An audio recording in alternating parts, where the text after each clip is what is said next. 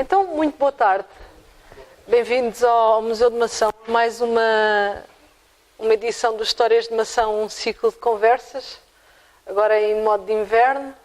Já estamos aqui de noite. Hoje temos o prazer de ter connosco o professor António Silva, a quem eu agradeço muito a disponibilidade para vir aqui falar de um tema muito aliciante. Acho que a conferência promete. Falar de Timor e mação vai ser com certeza muito, muito interessante.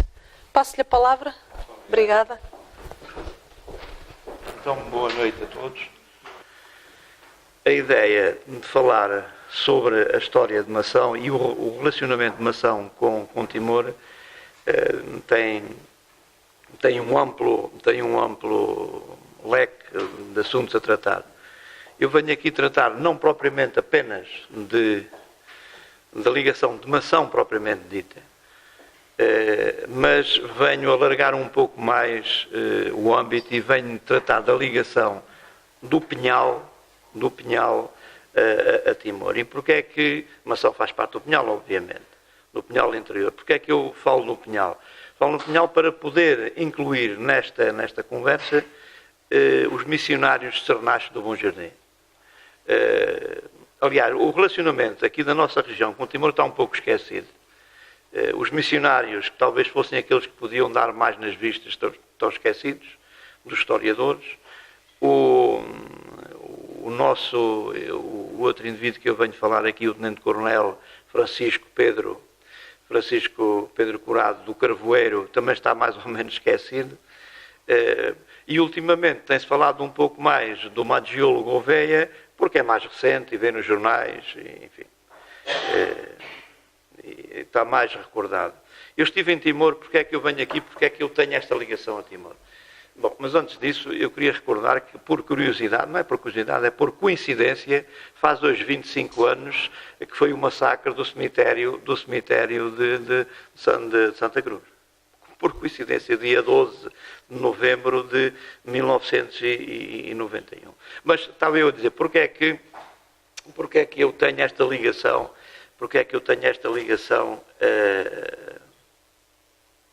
pronto, aqui.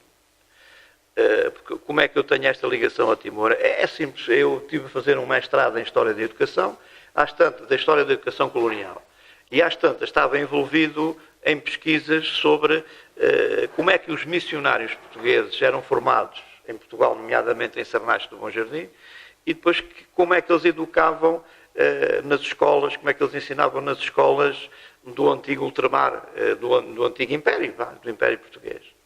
Isso sugeriram-me que eu identifiquei 44 missionários que de Sernache foram para Timor. E o meu orientador, na parte da investigação, na altura era o professor António Nóvoa, na altura da investigação, porque é que você não vai a Timor? Porque é que você não vai ver desses missionários a Timor? O que é que eles fizeram em Timor? Que registros é que há em Timor? Se o senhor me arranjar o dinheiro, eu vou. E ele arranjou-me o dinheiro e eu fui. E então, depois de estar em Timor, encontrei uma série de fontes e de documentários que nos ligavam, nós aqui, a nossa região, a Timor. E daí a minha ligação a Timor, e já que de Mação sou eu, não é? Agora, Mação e Timor tão longe e tão perto. O tema não é fácil, porque se Timor está longe, são 20 e tal mil quilómetros, são 9 horas de diferença, se não estou em erro, não é, Pedro? São 8. Eu estou a dizer o Pedro porque o Pedro é timorense, é timorense e sabe mais do que eu venho falar do que propriamente eu. Pelo menos de algumas coisas. De algumas coisas. Bom, portanto, está longe, mas ao mesmo tempo está perto. Portanto, estamos longe em termos físicos, também estamos longe, e é preciso dizer isto, também estamos longe em termos de interpretação da história. Porque se nós víamos nós, os portugueses, víamos os timorenses como indígenas por civilizar, e era necessário civilizá-los, e aqui civilizá-los era transmitir-lhe a religião católica, era transmitir-lhes a cultura portuguesa, europeia, a civilização, e se não fosse a bem, era à força, se não fosse a bem, era à força. Eles, por outro lado, também nos podiam ver e viram, em algumas circunstâncias, como ocupantes, não é? Como ocupantes. Portanto, há aqui uma distância não só física, mas também uma distância mental, se quisermos, cultural ou política até. Tão perto que necessariamente 500 anos aproximam as pessoas. Mesmo que fôssemos inimigos em algumas circunstâncias e em alguns tempos, os inimigos também, num processo dialético, como eu tenho aí escrito, na demanda dialética da unidade dos contrários, os inimigos, ao fim e ao cabo, fazem o todo, né? Fazem o todo. Eu costumo dizer assim, não há coisas bonitas, nós não podemos dizer que está um dia bonito ou está um dia com claridade se não tivermos a noção de que é um dia mau, sem claridade. Não podemos dizer que, sei lá, não podemos dizer que está frio se não tivermos a noção do calor. Portanto, quando falamos aqui que os portugueses eram inimigos, em algumas circunstâncias, em algumas voltas dos timorenses, essa inimizade também, de certa forma, aproximava as pessoas. Nós tivemos exemplos, e é isso que eu chamo aqui a dialética da unidade dos contrários. Portanto, tão longe e tão perto por aproximação. E é dessa distância e dessa aproximação que eu vos venho falar. E venho falar, fundamentalmente, de três ou quatro organizações dos padres seculares de Sernacho do Bom Jardim, do Francisco Pedro Curado, do Maggiolo Gouveia, do Rui Maggiolo Gouveia, e ficam por falar muitos militares portugueses, que eu conheci alguns, ainda conheço, e alguns ainda são vivos, que estiveram em Timor na Segunda Guerra Mundial e que por lá andaram muito tempo. Como sabem, Timor, os japoneses passaram por lá a caminho da Austrália, pelo menos a caminho da Austrália, e estiveram em Timor, enfim, em tempos. E Portugal precisou de defender. Eu vou começar pelos padres seculares de Sernacho do Bom Jardim. Eu quero ver se abrevio isto. Padres seculares de Sernacho do Bom Jardim. O que é que são os padres seculares? Aqui uma explicaçãozinha. Secular quer dizer que não é regular. Secular quer dizer que não está sujeito a uma regra, normalmente num convento ou num mosteiro. Secular quer dizer que vivem no século. Viver no século é misturados com as pessoas. É aquilo que nós hoje chamaríamos padres diocesanos, que estão no meio das pessoas. Sernacho do Bom Jardim. Estes padres, o mapa de Timor, estes padres foram para Timor em 1855, começaram a formar missionários e foram para Timor em 1877 com 8 missionários. Ao tempo da Primeira República chegaram lá a estar 44 missionários em Timor e fundaram várias missões. Estão aqui, eu salientei aqui, vê-se mais ou menos, eu salientei aqui alguns nomes de Dili, porque são nomes que vão ficar ao longo da minha conversa. Dili, Aileu, o Manufai, portanto, Sam, Soivada, que é fundamental neste campo, Manatut, Maucau, Venilal e Lacluta e Laleia. São os locais que nós vamos aqui referenciar mais. Bom, o que é que fizeram os missionários? Os missionários saíram daqui, deste edifício, fizeram uma obra formativa extraordinária, educacional e formativa em Timor, no século XIX até à Primeira República. Eu só falo neste período, até à Primeira República. Fundaram escolas masculinas, femininas, criaram uma escola de artes e ofícios. Os missionários andaram por aqui, temos Timor lá junto ao norte da Austrália, né? Os missionários andaram onde estão essas cruzes, não vamos agora perder muito tempo. A visão da missão, o que era a missão para os missionários? Reparem, está a bandeira portuguesa ali, isto é simbólico, está a bandeira portuguesa e está a cruz. Pronto. No fundo, os missionários se nós quisermos falar em termos mais duros, ideologicamente mais duros, os missionários, quer nós queiramos, quer não, o que eram os missionários? Era o braço dócil do domínio português. Era o braço dócil do domínio português. Era a domesticação das mentes. No fundo, era isto. Por mais que nos custe dizer isto. Reparem na quantidade de missões que há em Timor, ou que houve em Timor. Não sei se dá aí para ver.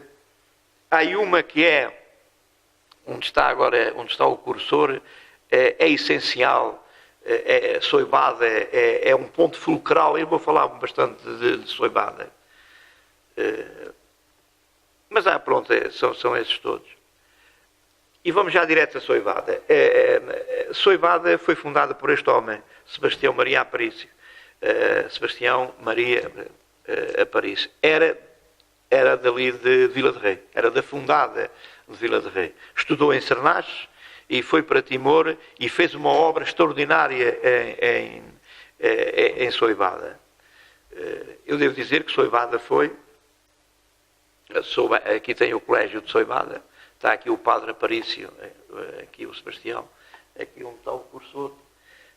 Os alunos de Soibada. Eu visitei Soibada, nós veremos mais à frente umas fotografias atuais de Soibada.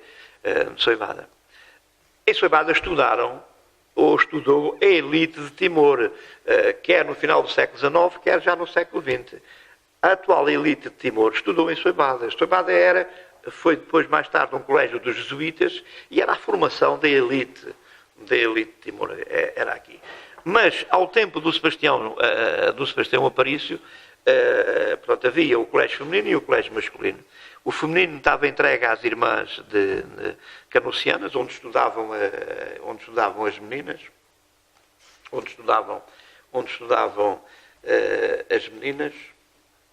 estudavam lavores, estudavam a ler, a escrever e a contar, estudavam os lavores, estudavam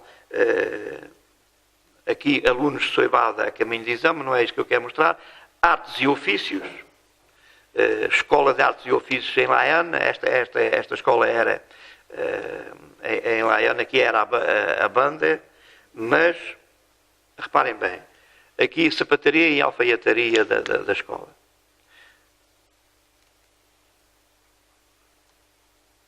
Aqui a carpintaria da escola. Vejam lá ao fundo, lá está o missionário. Lá ao fundo, lá está o missionário.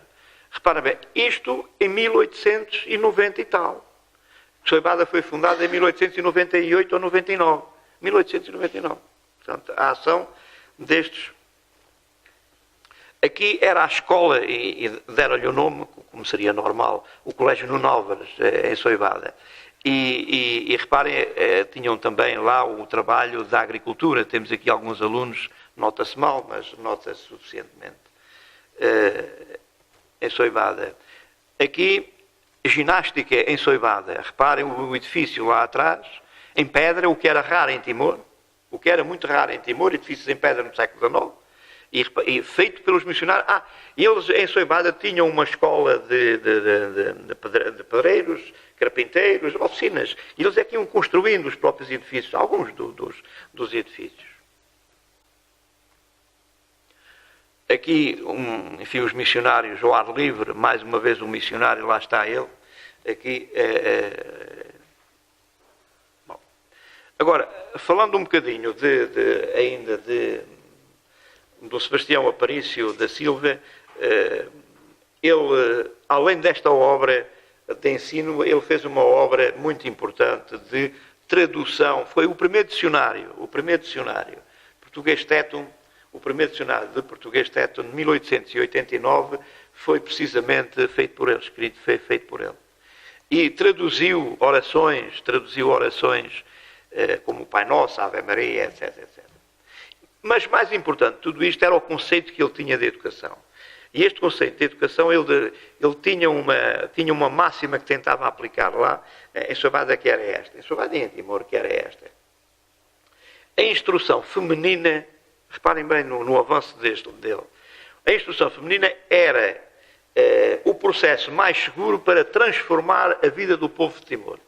Porque pensava ele que ensinando as mulheres timorenses, Eram elas que iam influenciar a educação dos filhos. E, portanto, não valia muito estar a ensinar os homens, o que importava era ensinar as mulheres. Porque as mulheres depois é que iam ensinar os filhos. Os homens ensinavam-lhes uma profissão e eles que tratassem do sustento da casa. E a mulher tratava do sustento. Reparem na ideia dele. E ele defendia, ou tinha a utopia, de formar aldeias cristãs com rapazes e raparigas. Formava-os em Soivada e depois ia para todo o Timor formar aldeias de rapazes e de raparigas cristãs, enfim, para continuarem a obra de civilização, entre aspas, se nós quisermos.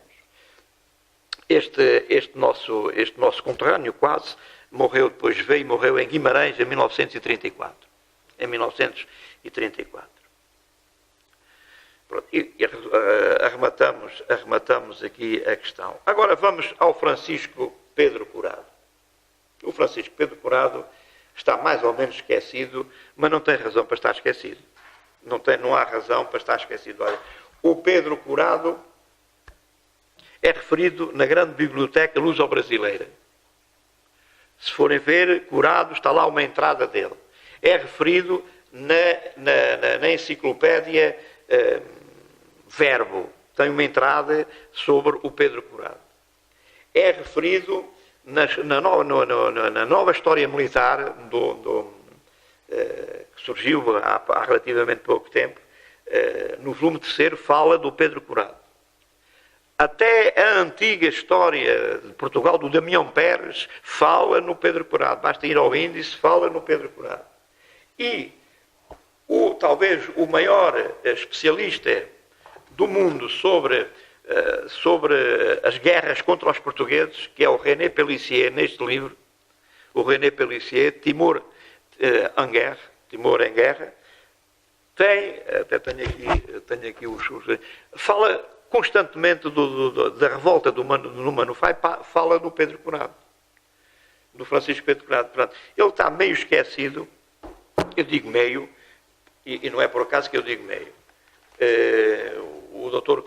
Carlos Gueifante tem proferido algumas conferências sobre ele. Está aqui uma conferência preferida em 2003. Em 2003 está aqui uma série de documentação que ele fez o favor de me emprestar para eu consultar.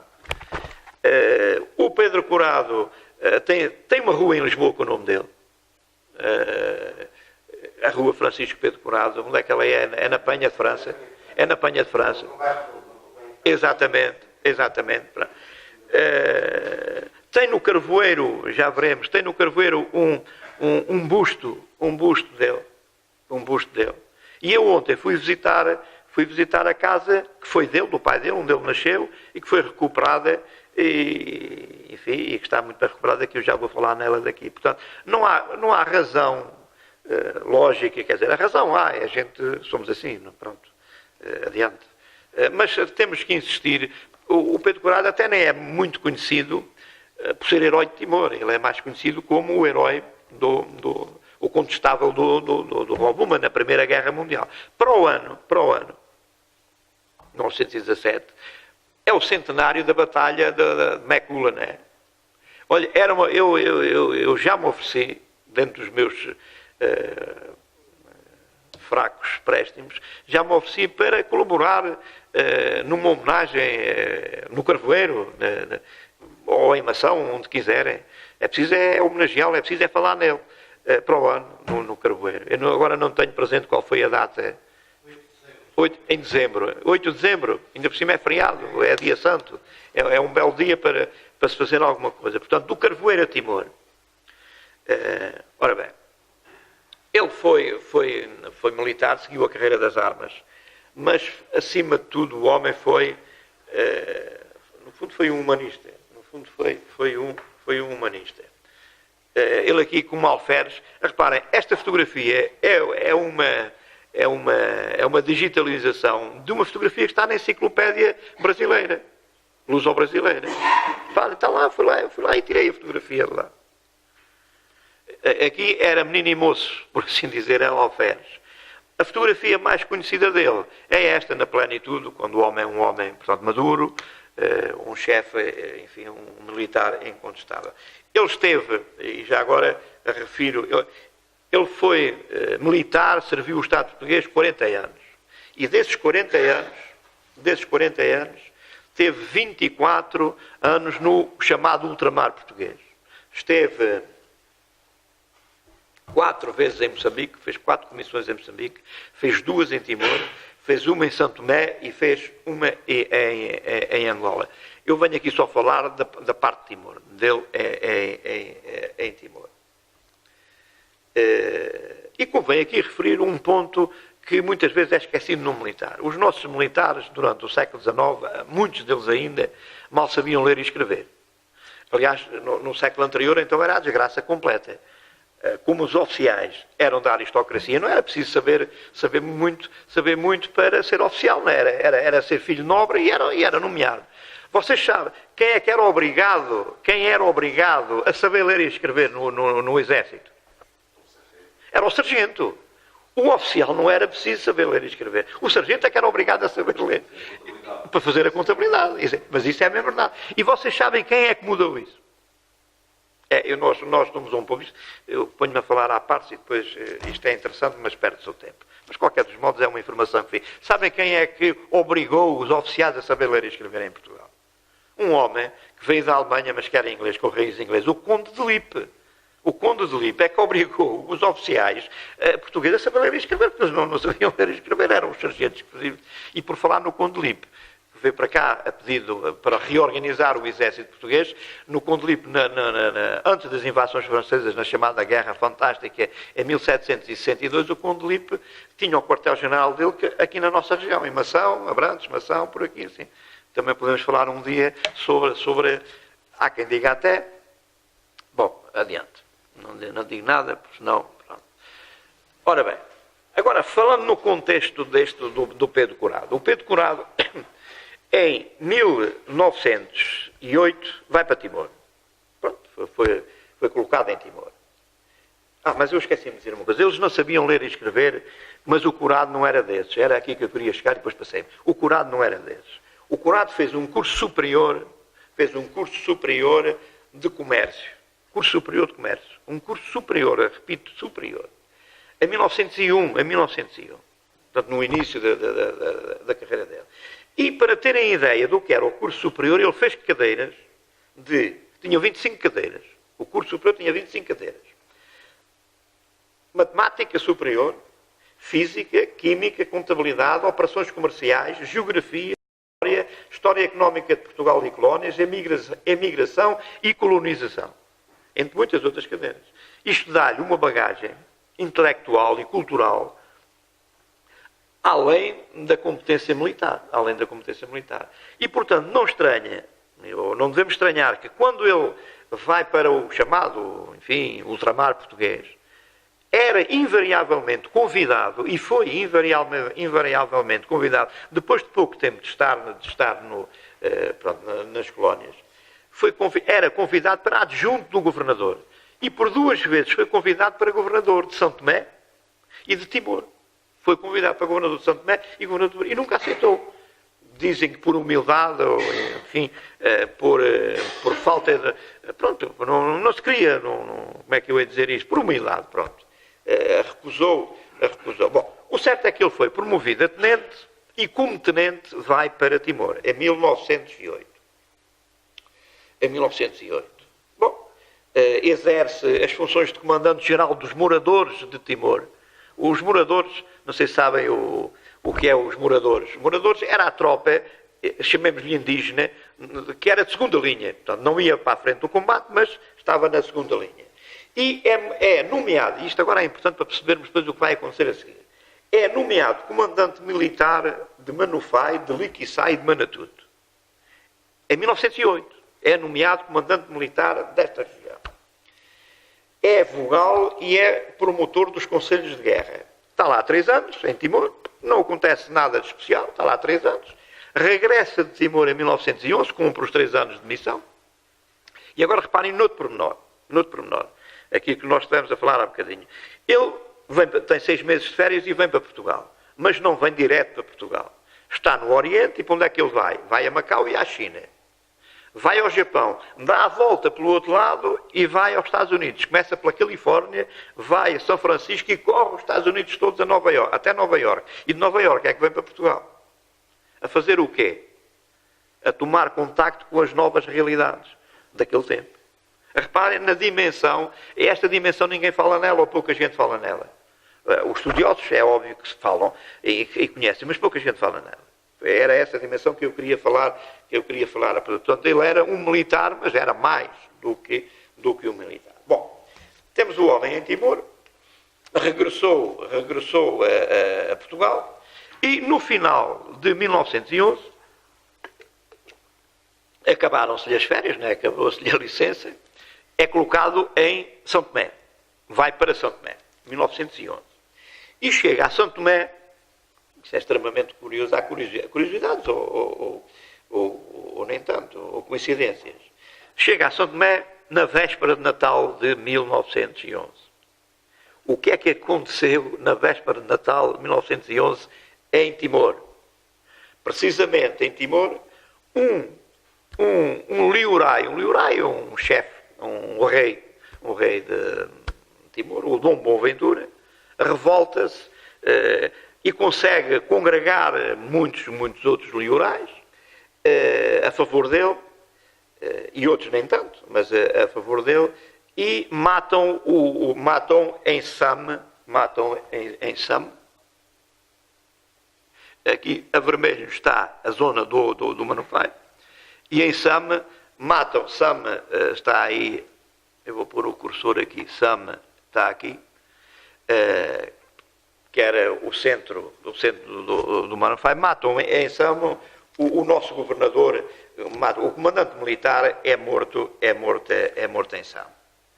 O Álvares da Silva, o tenente Álvares da Silva. E a cabeça dele é mostrada em Timor. Havia o triste hábito da festa das cabeças, né? Os vencidos cortavam-lhe a cabeça e iam mostrar a cabeça aos familiares e faziam a festa das cabeças cortadas. Isto era muito frequente. Vamos mostrar a cabeça à viúva do homem. E começa aí uma revolta, que nós não temos tempo de falar das causas dessa revolta, mas foi a mais importante das revoltas em Timor. Agora reparem, não vamos falar das causas da revolta, daqui a bocadinho podemos aí, eu já aprendi aqui umas coisas, bom, mas falamos. Pronto, a revolta está declarada e revoltam-se aqui o Pellissier, faz favor. O Pellissier fala em 14 mil revoltosos contra os portugueses. 14 mil. Em Timor andou sempre mais ou menos esquecido dos portugueses. Em Timor não havia forças suficientes para dominar esta revolta. E foi preciso chamar do Império de Moçambique e de outras partes do Império soldados para Timor com uma certa urgência. E lembram-se do nosso amigo Curado, que estava em São Tomé. Ele é requisitado para ir para Timor. Ele podia recusar, mas não recusou. Ofereceu-se, até fez força para ir mais depressa. E foi para Timor. Bom. E foi para Timor. O que é que ele encontra em Timor? Encontra em Timor o estado de sítio, a revolta completa, no Manufai, nesta região que está ali assinalada, no Manufai. Os revoltosos estavam refugiaram-se aí em Riac e protegeram-se, tinham muralhas, estavam ali e as nossas tropas não conseguiam entrar lá. De cabeça, e daí vem o gênio, enfim, falado do Curado. O que é que o Curado se lembra de fazer? Durante 43 dias, e dizem, a chover, faz um túnel, manda fazer um túnel desde o acampamento dos portugueses por baixo das muralhas dos revoltosos.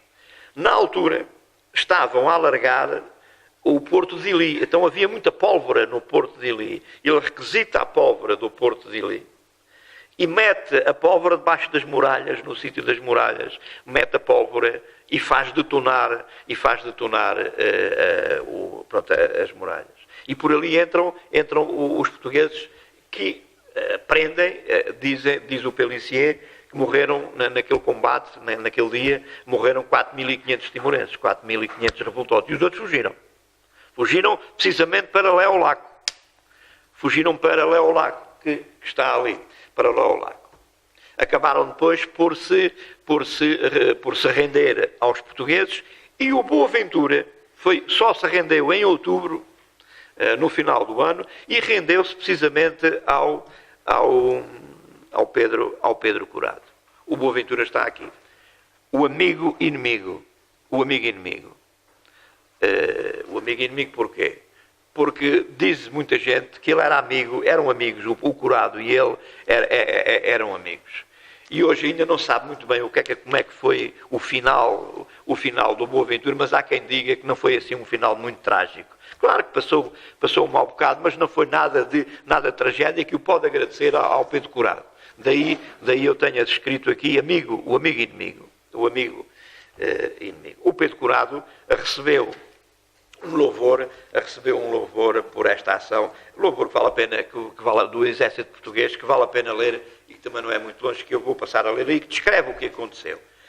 Diz assim: louvado em especial pela coragem e energia que mostrou durante a construção de trincheiras e abrigos, serviço perigoso e extremamente fatigante, durante 43 dias de chuvas sucessivas e debaixo de um chuveiro de balas inimigas, e pela tenacidade e esforço enorme que empregou nos assaltos ao morro do Riac, onde se encontravam milhares de rebeldes perfeitamente abrigados nas suas obras de fortificação, assalto de que resultou o aprisionamento de... o Pellissier fala em mortos, aqui fala em prisioneiros, de 4.500 rebeldes, a apreensão de centenas de espingardas e milhares de katanas de guerra, azagaias e flechas. Pronto. O Curado, com esta ação de pacificação, diz também aqui o Pellissier, a gente fica sempre bem a citar os estrangeiros, diz o Pellissier que esta revolta do Manufai, que foi tão grande, e que foi a primeira grande revolta no Império Português, da época contemporânea, e que serviu de exemplo para todas as outras revoltas, serviu de exemplo a repressão da revolta. A repressão da revolta serviu de exemplo para todas as outras, para reprimir e para vencer todas as outras revoltas que houve em Angola, em Moçambique e na Guiné. Portanto, o Pedro Curado foi, por assim dizer, um precursor da pacificação de Timor. E, na verdade, daquilo que eu sei da história de Timor, nunca mais houve grandes oposições aos portugueses. Tanto que depois nós vamos falar, em 1975, vamos falar da descolonização, e desde tirando a passagem dos japoneses por lá, mesmo assim o Dom Aleixo era a nosso favor, era a favor dos portugueses. O Dom Aleixo, né? Que era também um Liurai, favorável, neste caso, a Portugal. Nunca houve grandes revoltas em Timor depois de 1912. Bom, continuando a falar do Pedro Curado, se forem ao Carvoeiro, se passarem no Carvoeiro, veem esta placazinha, logo à entrada do Carvoeiro, quem vem do lado da ladeira dos Inventos, veem esta placa, tem a seta, e eu segui a seta, e fui dar com a casa de família, que é a casa daquele nosso amigo que está aqui, do Rui Lourenço. Era a casa onde nasceu, ou foi a casa onde nasceu, o Pedro Curado. Pronto. Isto é a parte da frente, está recuperado. Continua a parte da frente, e agora passamos à parte de trás. Estas fotografias foram tiradas ontem, com autorização do seu pai. Fui lá ontem tirar. É a parte de trás da casa, portanto, e tem a curiosidade do telheiro ser o original ainda. O telheiro é o original, este telheiro. Sim, na altura, quando se fez as obras da casa, estava aqui. Sim. Mas a ideia, na altura, foi manter os dois telheiros, que era aquilo que era diferente da casa. Exatamente. Esta parte, não sei se tem duas colunas, não é? Nesta zona, não é? Tem. Tem duas colunas, e depois tinha um outro telheiro grande, e isso me manteve, que era a parte, que era aquilo que diferenciava a casa. Já lá vamos vê-lo. Portanto, está aqui está aqui as colunas, está-se a referir a estas duas colunas. Portanto, esta foi medido e bate certo. Pronto. E o outro telheiro é este que está lá ao fundo. É este telheiro que está lá ao fundo, não é? Pronto. Ainda bem que ficou na posse de quem tem sensibilidade para estas coisas. Lá dentro de casa, lembra-se destas fotografias, o seu pai e a sua mãe mostrou, portanto, esta fotografia de 1914, do Pedro Curado. Eu não sei quem é o outro senhor que lá está, mas temos que averiguar isso para o ano termos uma certeza destas coisas. O Pedro Curado aqui, todo com ar garboso, né? É óbvio. A fotografia é esta, é de 1914, eu ali aumentei. Aqui também é uma fotografia que lá está em sua casa, é a Dona Laura e o Francisco Curado, a mulher dele.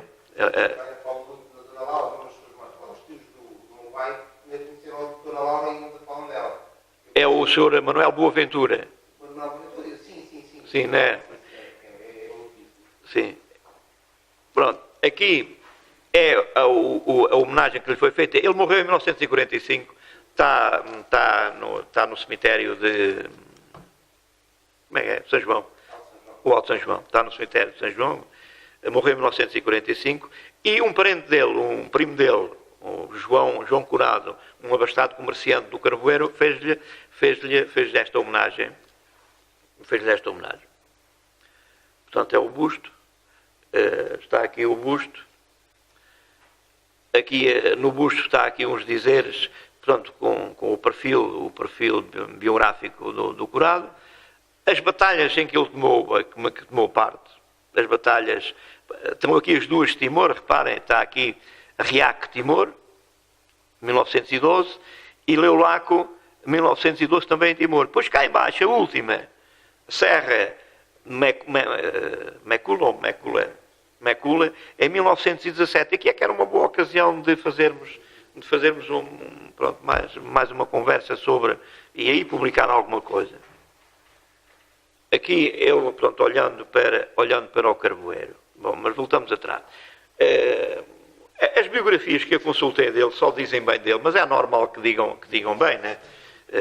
Compete aos timorenses, se calhar, dizer mal, né? E não propriamente aos portugueses dizer mal dos nossos. Bom, quem o conheceu, e eu leio só um bocadinho, quem o conheceu pessoalmente elogia-lhe a sociabilidade, a boa disposição, o fino sentido de humor, a abnegação, a exigência para consigo próprio, a competência, a humildade e a sua grande generosidade. Portanto, só virtudes, só virtudes.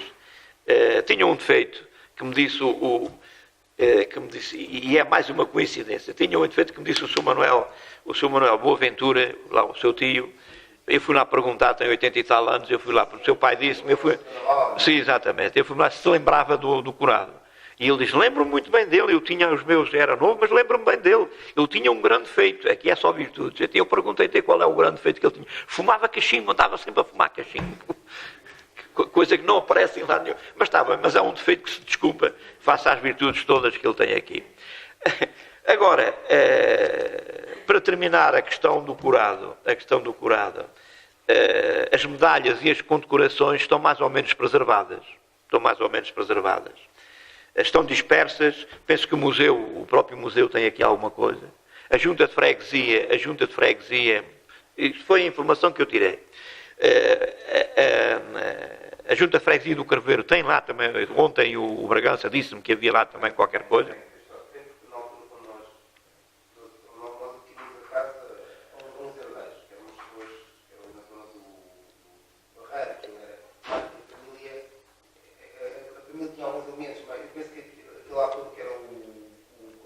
Curado Ribeiro. Era inclusive da família, era primo, era dele, e depois nós adquirimos aquilo, as coisas estavam lá, foram dadas à junta, na altura. A única coisa que nós ficámos com livros, alguns livros, que estavam estragados, os livros dele, que ele tinha adquirido no espólio dele. 30 livros, não, 20, 30 livros. E depois base antigas até sou direito, não é? Então tenho aqui, eu tinha um código civil do Seabra, que era de 1860, e tinha um livro de filosofia do direito, também de 1860 ou 70. E tem isso guardado, não é? Pronto. É que onde lá, a sua mãe disse-me, e eu perguntei, eu posso ver isso? Diz, não, isso é o meu filho é que trata disto, ele é que gera isso tudo. Então, pronto, ainda bem que está bem guardado. Ainda bem que está bem guardado. Bom, portanto, a Junta de Freguesia do Corveiro, o Museu Militar em Lisboa tem a espada, né? Tem a espada lá numa vitrine. Também já ouvi dizer que a espada estava aqui, só se é outra espada. Que estava cá também uma espada, aqui. Não sei se era no Carvoeiro, se era aqui em Mação. A espada dele.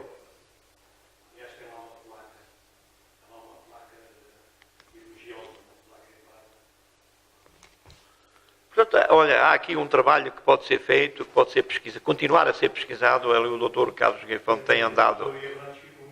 Em Abrantes também. Inclusivamente, a maior preciosidade dele era o capote que o general não levou-lhe o vestido depois da batalha. Foi para Abrantes e roubaram o capote. Roubaram o capote. E a Maria Amélia tem um artigo emocionada.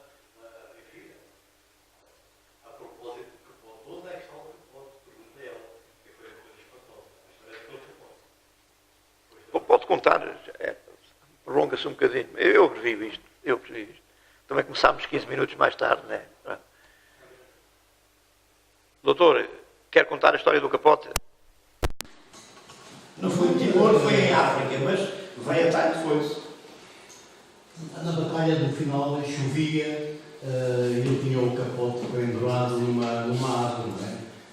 Portanto, havia frio, e foi em dezembro, e ali na Serra Becula a temperatura era baixa naquela data. Na altura, o combate foi de 3 a 8 de dezembro. E no final, o general aproximou-se dele e quis saber onde é que estava o general comandante das forças. Não havia general. Pois não. O general era o capitão, e com 3 ou 4 oficiais e meia dúzia de sargentos. Esta era a tropa indígena. Ele foi realmente um general muito grande para o general, e ele então devolveu-lhe a espada, nada, e primeiro exigiu-lhe que ele recusasse por escrito não mais combater os alemães, e ele recusou, naturalmente.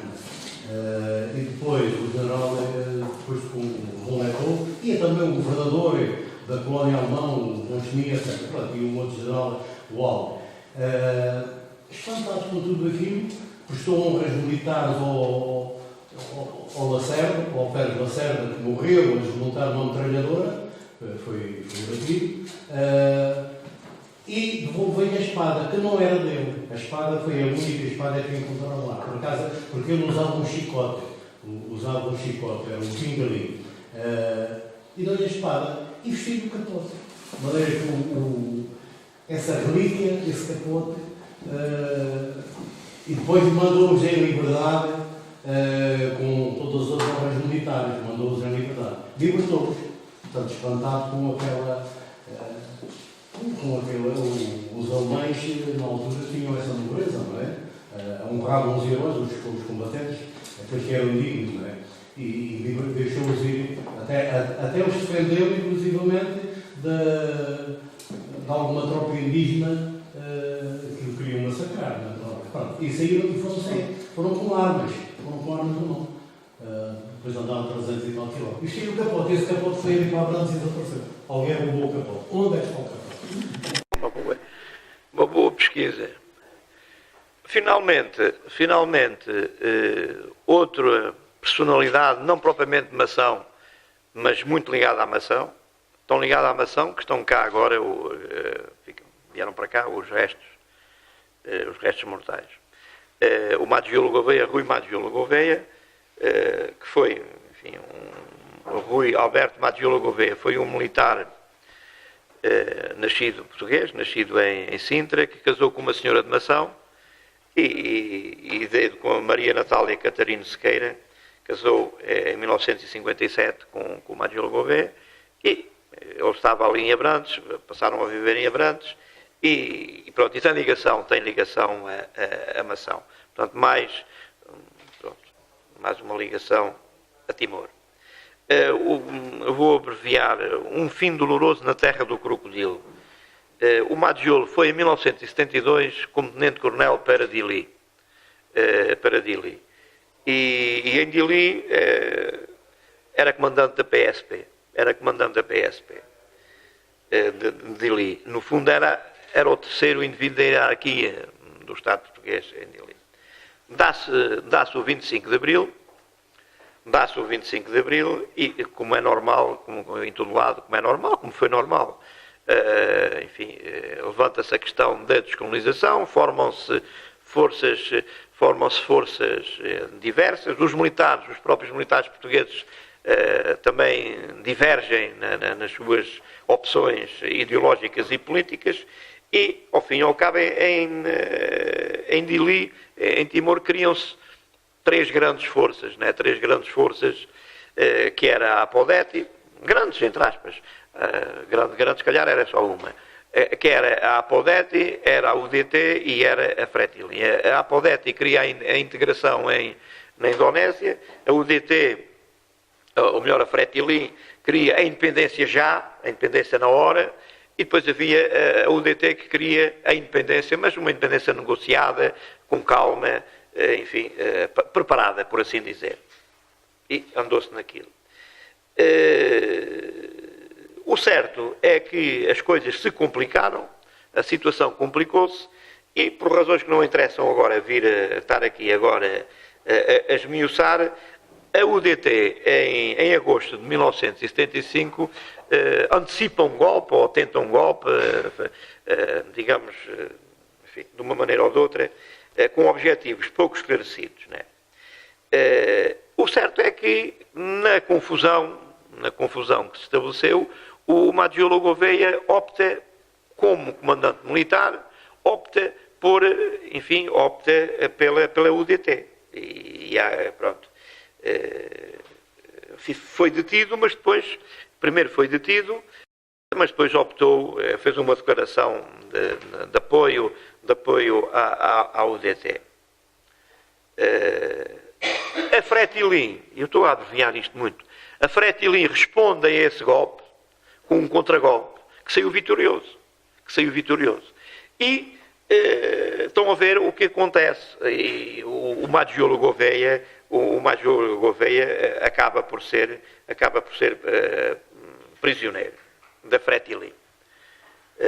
E parece, não é só parece, foi mesmo, segundo testemunhos, foi muito maltratado, foi-se viciado, foi torturado na cadeia. Este livro, eu não vou referir isso, este livro fala em nomes. Não sei se conhecem este livro do Moraes de Silva e de Manuel Bernardo, fala em nomes de quem o torturou. Eu aqui no texto não tenho esses nomes, mas retirei as citações que tenho aqui, foram retiradas do livro, mas tenho as citações, mas não tenho os nomes. Aparece o L, aparece isto, e todos os testemunhos, inclusivamente o testemunho de Ramos Horta, inclusivamente o testemunho de Ramos Horta, aqui no livro, na página 215, 216, diz isto. Eu falo no Ramos Horta porque é o mais conhecido, que eu tenho aqui 7 ou 8 citações daqui. O Ramos Horta diz isto, segundo os autores do livro. Os espancamentos nas prisões só terminaram quando o próprio, enfim, deu ordens nesse sentido. Informei fulano tal, não digo o nome, do que se passava nas nossas prisões. Na véspera, eu tinha sido informado que o Madiolo e mais uns tantos tinham sido espancados a chicote pelo, também não digo o nome, constantemente bêbado. Mas isto é o que diz o Ramos Horta. Constantemente bêbado, tarado sexual, racista, antibranco e antimestiço, ou fulano tal, entretinha-se a espancar os presos brancos e mestiços. Isto na página 215-16. Onde estava o Madiolo.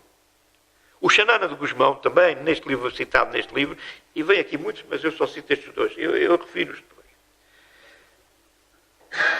Diz Pedro. No final. Isto espancou, infelizmente está a dar com uma pessoa da minha família. Então, eu vou dizer... Está vivo, mas está na Indonésia. Começa por H o nome dele. Começa. Então está certo, bate certo. Bom. Não, foram mais. Eles dizem aqui vários nomes. Eu aqui só ponho as iniciais dos nomes. Isto era sargento da tropa portuguesa. Pois, pronto. O Xanana de Gusmão diz assim, referindo a postura do Madiolo na cadeia, diz assim, os nomes, lá vem este outra vez, um indivíduo começado por A e outro começado por H, pronto, foram os verdadeiros carrascos. Tinham uma sede de vingança descontrolada e isto fazia doer muito. Fui visitar os presos uma única vez. Mouzinho, que era outro que estava preso com o Maggiolo, Mouzinho estava abatido. Maggiolo estava calado e seguro de si. Tive pena dele, mas admirei-o naquela postura em que queria afirmar que era ele e só ele. Pronto. Isto são duas citações só de pessoas conhecidas, em cujos testemunhos são insuspeitos, né? Pelo menos eles. Bom, está preso, o Maggiolo está preso. Em novembro, a 28 de novembro, a Fretilin declara a independência de Timor. A 7 de dezembro, a Indonésia invade Timor. A 7 de dezembro. Nesse dia, a 7 de dezembro, os presos de Dili são retirados para Aileu. São retirados para Aileu. O Maggiolo está aqui. Eu tenho aí um dossiê com recortes sobre o Maggiolo. E tenho outro dossiê ali com a imprensa sobre Sernacho do Bom Jardim. Portanto, quem quiser depois folhear aquilo, o Maggiolo. Isto para dizer que estas fotografias foram retiradas daqueles textos. Está aqui o Maggiolo de branco, ainda em bom estado, como diz o outro. Eu estive em Aileu, na altura estive em Aileu, isto era a campa onde o Maggiolo estava. Pronto, isto. E foi aqui, portanto, em Aileu dá-se uma cena triste, em qualquer das circunstâncias, relatada mais ou menos da mesma forma, embora os pormenores não sejam todos iguais. Os presos eram encargo para quem vai a fugir para as montanhas depois da invasão é uma dificuldade, né? Então decidem fuzilar os presos. E há vários testemunhos, inclusivamente do bispo da altura, do bispo de Dom José Joaquim Ribeiro, tem uma carta à viúva onde explica muita coisa. Mas é a versão do bispo, nós em história temos que ter estas coisas todas em consideração. Mas o certo é que quase todos os testemunhos dizem que o tenente-coronel foi dos primeiros a ser fuzilado. E o público, o Jornal Público de 13 de 8 de 2003, aproveitando a onda da trasladação dos restos mortais para Mação, de Aileu para Mação, o público, como é que ele se chama, o Adelino Gomes, entrevista aquele que foi o primeiro a disparar do pelotão de fuzilamento. Ele não diz o nome dele, mas diz que foi o primeiro indivíduo, soldado da Fretilin a disparar, mas que não foi ele que matou, que deu o tiro fosse ou não fosse, no Maggiolo. Fosse ou não fosse, o certo é que o homem morreu, foi enterrado aqui junto, olha, foi enterrado aqui, onde está aqui, portanto, aqui as valas comuns, pronto, aqui assim, foi aqui que ele ficou. Aqui são as ribeiras, diz que foi enterrado junto a uma ribeira, os corpos foram enterrados numa vala comum junto a uma ribeira para que viesse uma enxurrada e levasse os corpos e não houvesse. Mas acho que alguém durante a noite seguinte foi lá e retirou para uma cota superior e fizeram este monumento. Mais tarde, como vocês sabem, eu estive em Timor nesta altura, estive em Timor e assisti na independência de Timor, estive lá na altura, e fui lá a Aileu, conversei com muitas pessoas, e os testemunhos vão mais ou menos bater todos na mesma. O certo é que esta campa, quando eu lá estive, esta fotografia é minha, quando eu lá estive havia sempre flores lá na campa havia sempre flores, o que é sinal também de alguma coisa. Lá estão as flores. Em 2003, o filho dele, o filho do Maggiolo, que se chama também Rui Maggiolo Gouveia, que médico, conseguiu lá ir, aliás, tinha lá ido em 2002 e depois em 2003 deu aí uma celeuma muito grande. Aqui os restos mortais vieram a Capamação. Bom, não, isso não nos interessa. O certo é que estão aqui a ser escavada a campa e comprova-se que são os restos pelo relógio dele e por este medalhão de Nossa Senhora do Rosário, que era dele que estava lá na cova com ele. No final de 2000, em outubro, se não estou em erro, de 2003, foi prestada uma homenagem em Lisboa, ou no monumento em Belém, lá no fundo, ou no monumento dos combatentes. Está lá gravado o nome do Rui Maggiolo Gouveia. Eu tive a oportunidade de lá estar, tirei algumas fotografias. E também em Mação, pois. Mas eu depois, na altura, não estive cá. Estive de férias e fui mais tarde fui para o estranho. Pois tem. Portanto, aqui a viúva e o filho, o Rui, a depositar uma coroa de flores.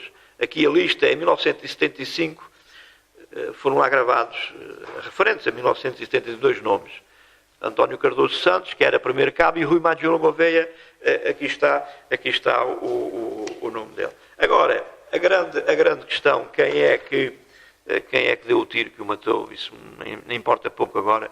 Ele veio para Mação, está sepultado em Mação, está aqui o jazigo, não, a campa da família, a família Maggiolo Gouveia, e ele cá está em sossego, finalmente em sossego. Mas quem é que o matou? Pá, isto agora não interessa muito, estamos aqui a discutir isso.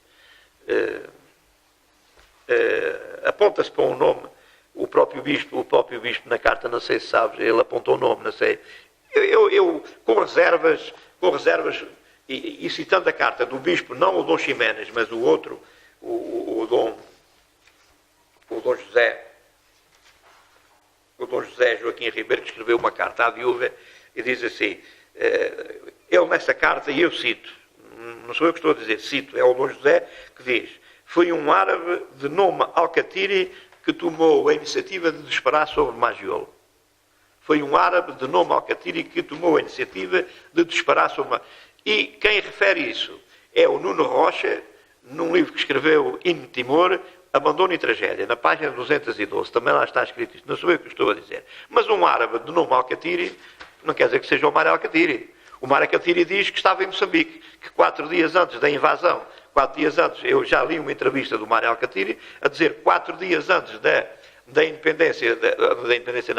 invasão da Indonésia, que foi para Moçambique. E, portanto, não podia ser ele. É uma família muito grande. Sim. A família Alcatiri é uma família muito grande. Sim. Mas eu... Aliás, eles são provenientes do Iémen, mas estavam na Indonésia. E foram provenientes da Indonésia para Timor.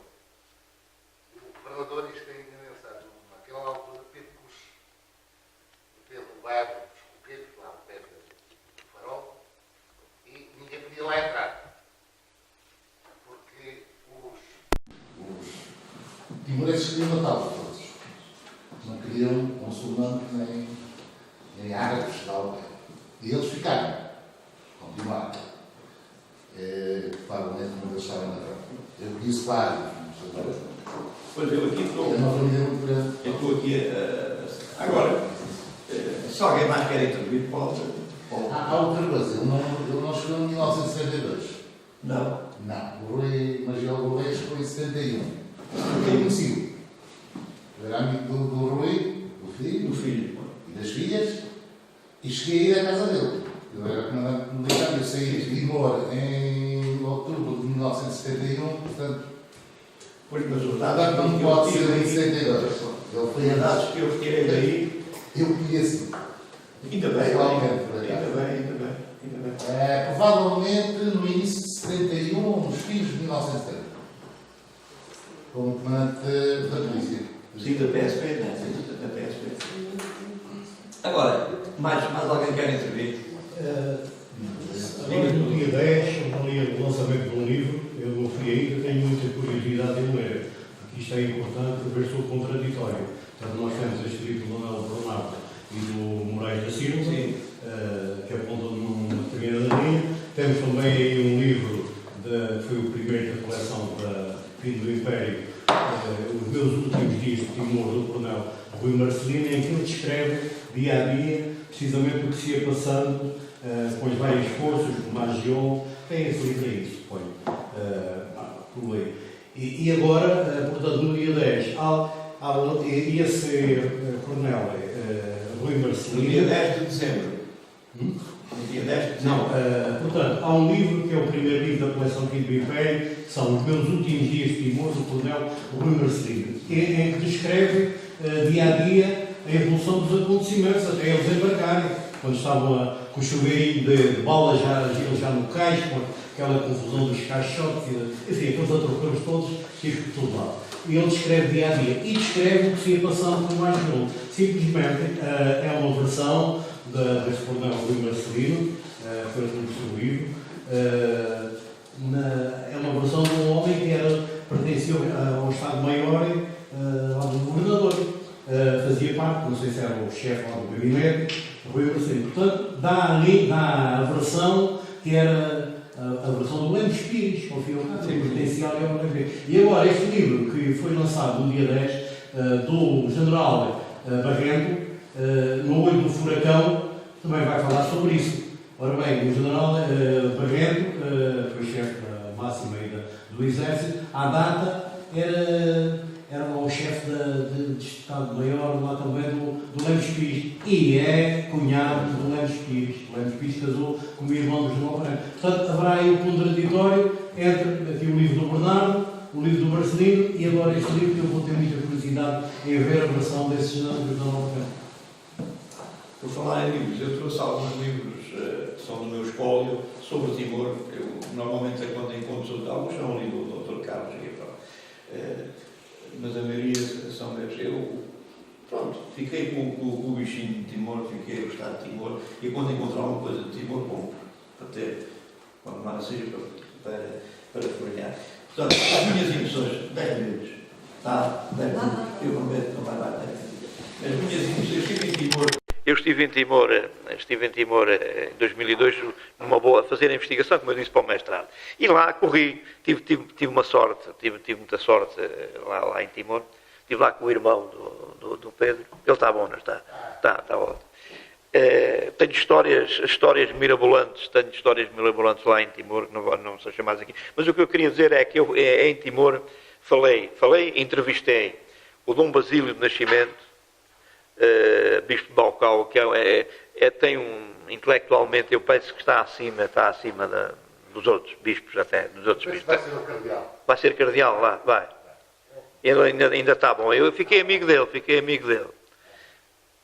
Do Dom Ximenes nem tanto, mas bem, por outras razões. O Álvaro Antunes, que era o representante da Fundação Oriente em Timor, com o professor Zé Matoso. Aliás, ele deu-me uma ajuda impressionante, porque eu fui aluno dele na licenciatura em Lisboa. E depois vou encontrá-lo lá em Timor a organizar um arquivo histórico de Dili. Eu, quando lá chego com um dossiê parecido com aquele, porque aquele dossiê tem os relatórios dos missionários que estavam em Timor para Sarnás. Eu fotocopiei os relatórios e levei-os para Timor. Quando chego em Timor não havia arquivos. A revolta do Manufai tinha destruído metade. E o que a revolta do Manufai não destruiu, os indonésios queimaram. Portanto, não havia arquivos. E o professor Zé Matoso disse-me assim: pá, você está desgraçado da sua vida, você não vai cá encontrar nada em Timor. Olha, vá ver por aí as missões, que não as vê, porque aquilo era tudo missões em madeiras, já arderam todas, a única que está de pé é em Soivada. Vá lá a Soivada ver a tal feita ali por aquele dali de Vila de Ré, vá lá a Soivada ver isso. E eu disse: mas professor, eu trago... e entrevisto as pessoas na rua, os velhos, falo com ele, vá às memórias que o povo tem, e eu fiz isso. E depois mostrei-lhe um dossiê igual àquele. Disse: professor, mas eu tenho aqui os relatórios dos missionários que mandaram para Sarnás. Disse: você tem esses relatórios? Você já não saia desses relatórios com aqui, que isso fica aqui, no arquivo, e está lá. Estão lá uma cópia, um dossiê, o dobro daquele dos relatórios. Entretanto, o Dom Ximenes, que é um historiador também da história de Timor, cria o dossiê, mas o Dom Ximenes, adiante. Estava eu a dizer que tive com o Rui Rasquilho, o Rui Rasquilho era do Instituto Camões, falei com o padre, entrevistei o padre Áureo de Guzmão.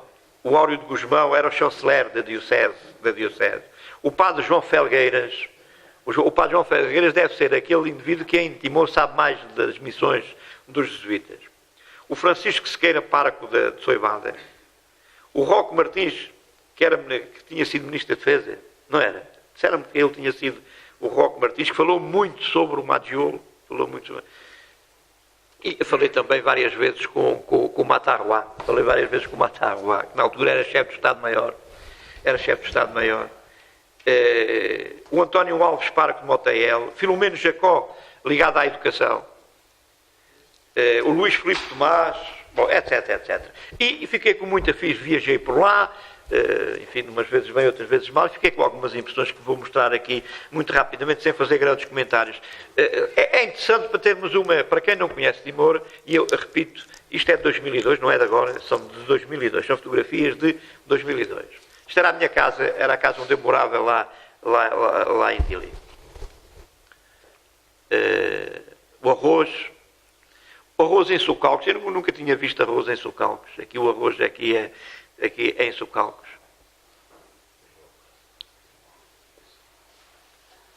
Trabalho no arroz. Aqui vê-se bem os Socalcos. O que é que estes búfalos andarão a fazer? Estão a lavrar. Pois estão a lavrar, exatamente. Estão a preparar o terreno para o arroz. Exatamente. Metem-nos aí, isso era qualquer coisa de extraordinário lá. Diz? Estão a estrumar. Exatamente. E aqui? É sal. É sal, aquece a água e extraem o sal. Outra coisa fabulosa que eu encontrei aqui. Isto é mel. E sabe, isto fica lá no alto, no alto das árvores. E eu por acaso, não tenho fotografias. Nessa altura a máquina era de rolo ainda, acabou-se-me o rolo e eu, lá na floresta, e eu não consegui. Acabou-se, é azar ou é, enfim, inexperiência do fotógrafo. Como é que eles extraem o mel daqui?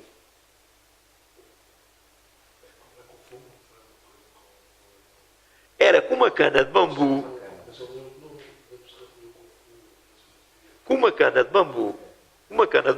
Encaixavam, tiravam o miolo da cana, encaixavam as canas umas nas outras, até chegar lá assim, depois furavam, punham um balde embaixo e esperavam que o mel viesse por aí abaixo.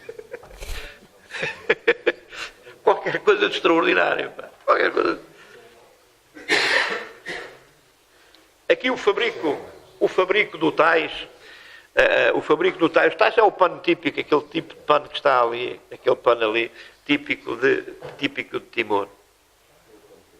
A venda do pano, a venda ambulante. Aqui era uma coisa que para mim batia-me na cabeça e fazia-me uma confusão. Andavam assim, não sei, agora já não deve ser assim, ainda é. A vender peixe assim. É igual. É vender peixe assim. Bananas. Eu comprei várias bananas a este homem. Esta banana é deliciosa. É a melhor banana que eu comi na vida. E rija e saborosa. Chama-se a banana tambaga. Tamaga? Tambaga. Uma delas chega para almoço. Isto é quase meio quilo. Isto é uma maravilha, estas bananas. Isto é uma maravilha. Aqui, em frente à missão, na altura não havia embaixada, Portugal não era independente, tínhamos a missão aqui, se repararem lá no alto, lá está a bandeira portuguesa e da ONU, a da ONU, porque na altura ainda estava sob a administração da ONU. Foi antes da independência. E os miúdos andam na rua a vender ovos. Esta fotografia, eu estava sentado na esplanada do City Café, do sítio onde a malta se juntava, e passa ele a vender. Pronto, aí vai ele. O City Café ainda existe. Agora chama-se Catuas. Catuas? Em Quéton chama-se velhote. É o Hotel Catuas. Vamos ter muitos portugueses. Os nossos professores vivem lá. É. A sério. Eu ia lá comer todos os dias. É no mesmo sítio, é Dom Português. É. A venda, portanto, mais venda ambulante. Reparem aqui, dois leitões a equilibrar, um a preço para as pernas, um leitão na ponta de cada pau. Reparem, estão a ver aí, 2 leitões aí. Aqui é um talho. Isto é que já não deve existir. Assim, lá nas montanhas, lá já não existe. Já não. Agora, neste momento, por acaso, o único talho que existe em Timor é do meu sobrinho. Porque o meu irmão é veterinário. Sim, pois. Eles montaram um talho moderno. É onde a embaixada vai, os australianos, os neozelandeses, toda a gente vai para lá. Está lá a comprar porque a carne é toda... Sim. Tem que estar no frio. Claro. É como um talho aqui em Portugal. Portanto, estão a ver um talho. Mas já não faz isso. Já não. Que é uma peixaria. Mas isso já está proibido lá. É. Já não vês isso lá no... Olha, uma bomba de gasolina. Uma bomba de gasolina. Aqui era câmbio, era o câmbio clandestino nas ruas. Eu tenho uma cena com um tipo destes, mas não conto, não vale a pena. Tenho uma cena com um tipo destes para dar aos céus. Sim. E vai agora. Pronto. Há 2 meses, 3. Pois eu salvaguardei. Agora, atenção, da cidade, se fores para o interior, das montanhas, é exatamente o mesmo. Aqui é um mercado de frescos nas montanhas. Era onde se podia comprar alguma coisa de jeito. Ainda hoje é, não é? Porque em Dilina se podia comprar nada. Sim, e à beira das estradas continua Sim. a Eu quando queria comprar alguma coisa lá para casa, era aqui que eu me ia abastecer. Aqui é este. Mas depois falhava, não se podia ter muita coisa no frigorífico, falhava a eletricidade. A gente não podia ter muita coisa em casa. Já não falha. Já não falha. Por isso mesmo. Os transportes. A coisa que mais confusão me fez, eu ia na rua e os carros apitavam. E a gente vira-se. Então o que é que era? Eram a perguntar se eu queria um táxi. Em vez de ser eu a mandar parar, eram eles que apitavam.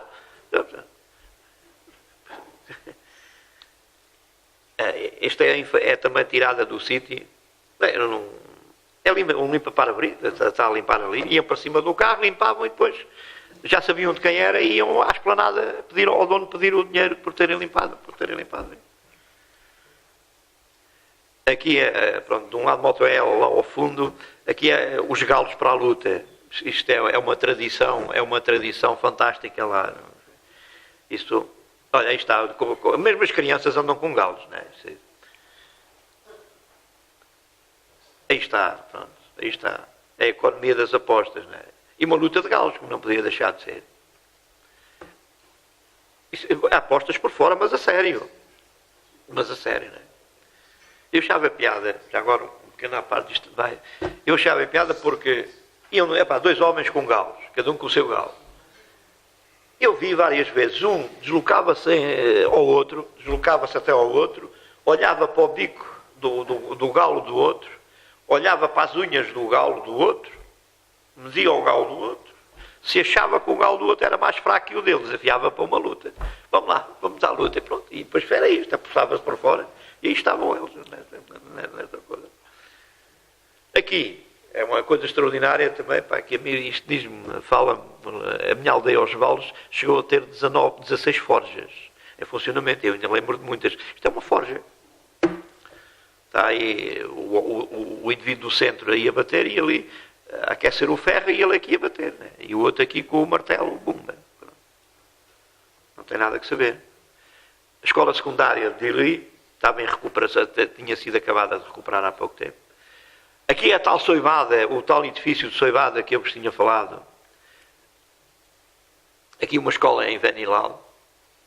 O interior da escola, a gente se queixa das nossas escolas. Mas isto também já não deve estar assim, ou ainda está. Não, lá no interior. Já arranjaram e já está outra vez assim. Já arranjaram? O problema da manutenção da escola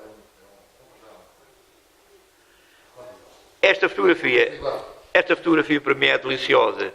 Eu quando apresentei o mestrado, foi a capa do meu trabalho de mestrado, que era um país novo. Eu tinha lá estado em 2002, era um país novo, é uma criança nova, claro, e um macaquito novo também, quer dizer, eram 3 coisas novas, que isso foi a capa do meu trabalho. Olha por aí.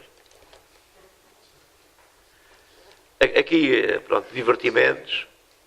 Eu gosto muito desta fotografia também, o sofrimento, esta cara. Isto era outra coisa que me fazia uma confusão tremenda. Reparem na habitação. E eles riam-se, andam ali, riam-se, como se nada fosse com eles. Não está frio, eu vou arranjando de comer. Pá. Aqui a lenha, né? As mulheres, aqui lá num artista, trabalho. Isto é em La Cluta. Aqui em Motael, lá atrás, o padre tinha lá um tanque com os crocodilos e a malta ia para lá divertir-se.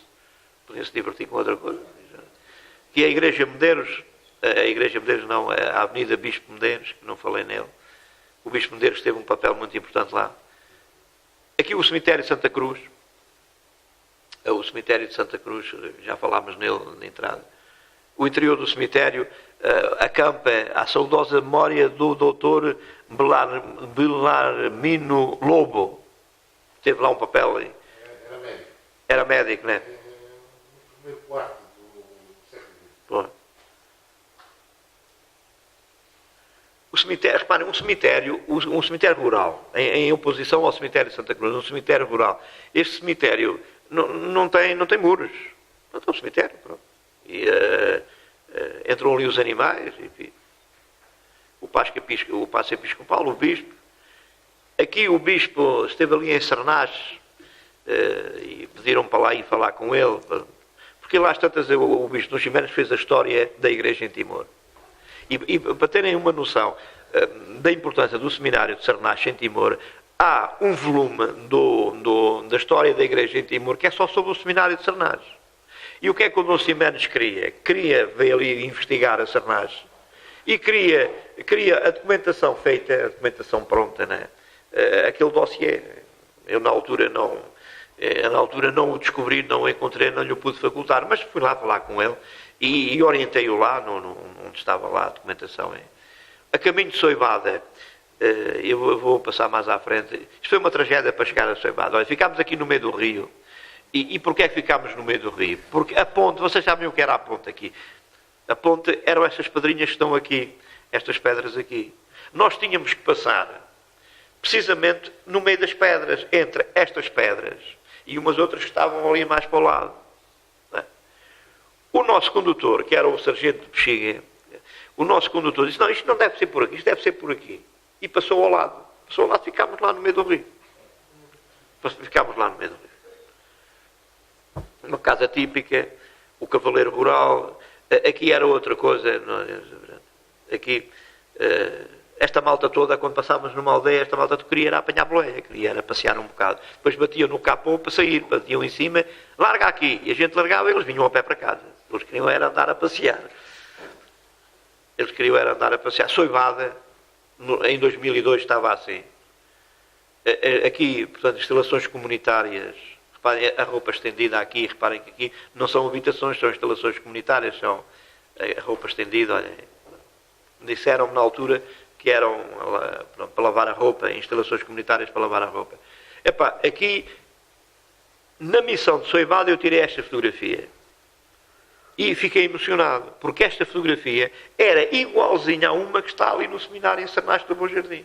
Eu vou encontrar a fotografia igualzinha do fundador de Soivada. Lá em Soivada, acho que ainda lá está.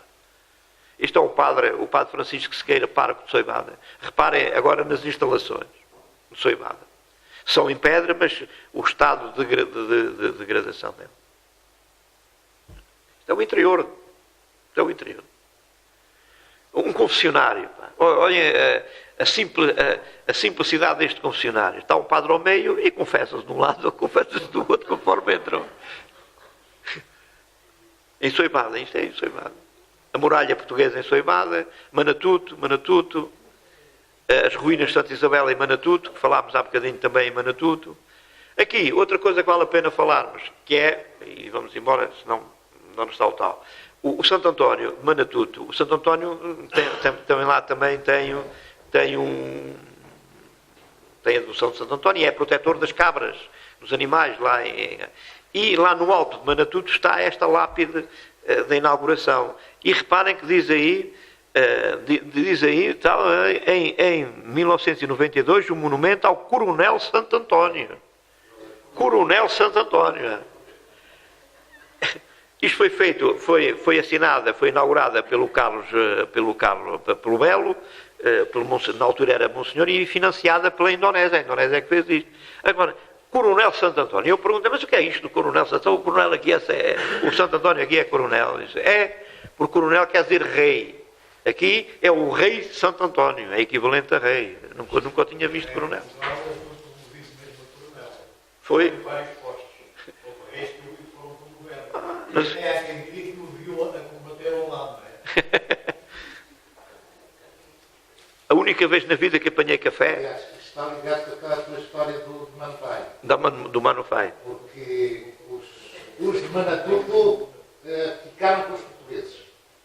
E então eles meteram como coronel e o chefe era o Santo António. Isso é que eles têm uma expressão muito engraçada das mulheres em Timor, disse: "Ai, Coronel Santo António. Chama-se o Coronel Santo António."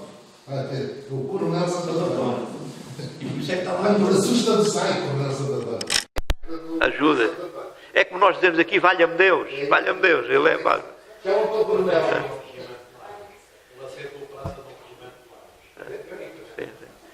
Aqui é o café, aqui nas florestas, é bom, pronto.